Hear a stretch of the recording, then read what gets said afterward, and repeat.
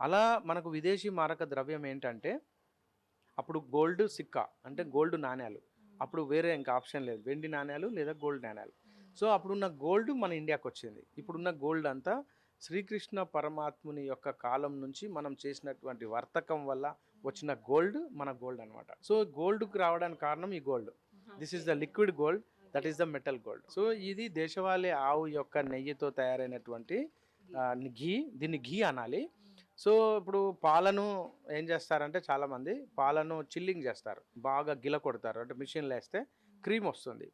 ఆ క్రీమ్‌ను వేడి చేస్తే ఇలాగే ఉంటుంది అది కూడా. సో, మేము చేసేదేందంటే పాలను తోడు పెట్టి, పెట్టినటువంటి వెన్నను అంటే మీగడని తీసి వెన్న చేసి, ఆ వెన్న పూసను కాస్తే వచ్చింది పెరుగు అంటే నెయ్యనమాట.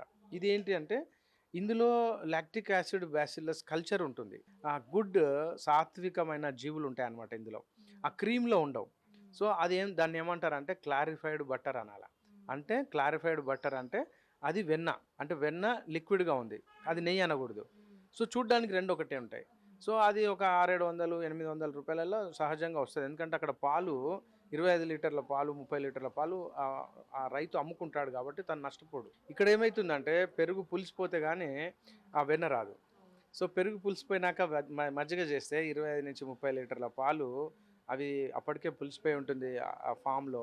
మనం సిటీకి కూడా సప్లై చేయనంత పుల్లగా అయిపోతది కాబట్టి దాన్ని మేము పొలంలో పురుగు మందుగా వాడతాం అంతే. ఇదే తినాలి. ఇది తింటే మనకు ఇప్పుడు మీకు తెలుసు కదా! మనకు జాయింట్‌లలో సైనోవియల్ ఫ్లూయిడ్ అని ఉంటుంది. అంటే జిగట. ఎప్పుడైతే ఈ మోకాళ్ళలో కానీ, ఎక్కడ గానీ ఆ జిగట లేకపోతే మనకు మోకాళ్ళు అరిగిపోతాయి. సో, నెయ్యి ఖచ్చితంగా మనం తీసుకోవాలి. అంటే రోజు. కాకపోతే దానికొక ప్రమాణం. అంటే ఎంత నెయ్యి అంటే లీటర్లు కాకుండా డైలీ 1 ఆర్ 2 స్పూన్స్ అందరూ రెగ్యులర్‌గా గనుక తీసుకుంటే మనం ఆరోగ్యంగా ఉంటాం.